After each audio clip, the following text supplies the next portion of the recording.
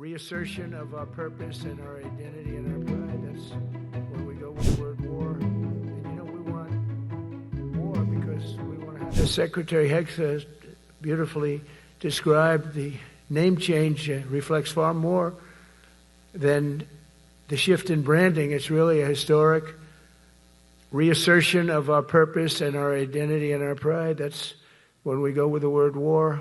And you know, we want war because we want to have no wars, but you have to be there, and you know, sometimes you have to do it. I have settled so many wars since we're here almost 9 months, and I've settled 7, and yesterday we might have settled the biggest of them all, although I don't know. Pakistan, India was very big. Both nuclear powers, I settled that. But yesterday could be the settlement in the Middle East. That hasn't happened for 3,000 years. I said, how long have you been fighting? 3,000 years, sir. That's a long time. But we got it, I think, settled. We'll see. Hamas has to agree. And if they don't, it's going to be very tough on them, but it is what it is. But all of the Arab nations, Muslim nations have agreed.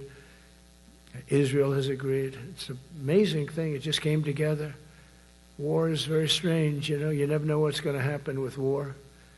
The easiest one of them all is Putin. I said, number one, it's a war that would have never happened if I were president, if the election weren't rigged. If I were president, that war would have never happened. Not even a little chance. And it didn't happen for 4 years.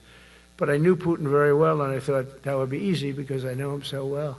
Well, that one turned out to be the hardest of them all. We had some that were not settlable, and they all got settled.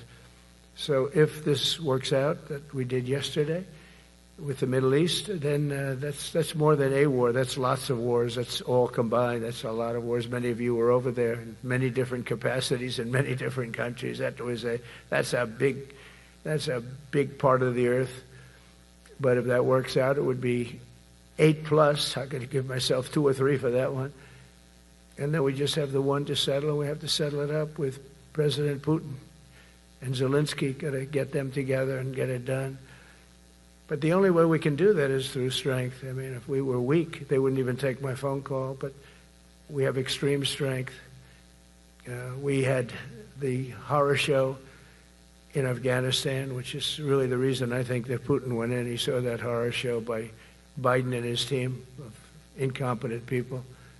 And that showed, I think it gave him a path in. I wasn't there any longer. I watched that, and it was so horrible. I think it was the most embarrassing day in the history of our country. And now we're back. And that's it.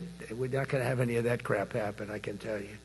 That was terrible, so terrible. Together we're reawakening the warrior spirit, and this is a spirit that won and built this nation. And from the cavalry that tamed the Great Plains to the ferocious, unyielding power of Patton Bradley and the great General Douglas MacArthur. These are all great men.